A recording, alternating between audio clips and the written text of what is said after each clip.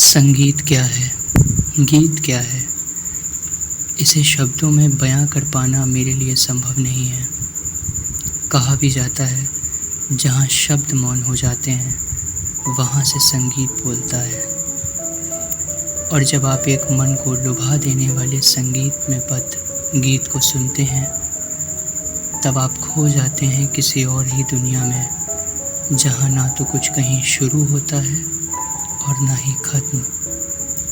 सब कुछ ठहर जाता है, अंतर्मन संतुष्ट हो जाता है।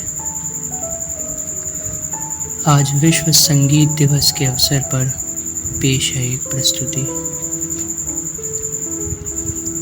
मधुर संगीत में समय थम जाता है, कुछ लम्हों का सदियां बन जाने को जी चाहता है। एक तरंग सी पूरे जिस्म में दौड़ जाती है, बंद पड़ी सांसों की वीणा को छेड़ जाती है। कुछ यादों की झलकें अतीत से उमड़ आती हैं, कुछ खट्टी, कुछ मीठी, कुछ रोती, कुछ हंसती। यहाँ होकर भीतर अलग ही कायनात का एहसास होता है। इस अलौकिक कालखंड में बस जाने को जी चाहता है। मुझे इस रूह को छूने वाली धारा में बहने दो, जो कह रही है ये अनकहा है, इसे कहने दो। मत पकड़ो मेरे पाँव, इन्हें सरगमों के आकाश में उड़ने दो। जाओ तुम, मेरी फिक्र ना करो, मुझे यहीं रहने दो।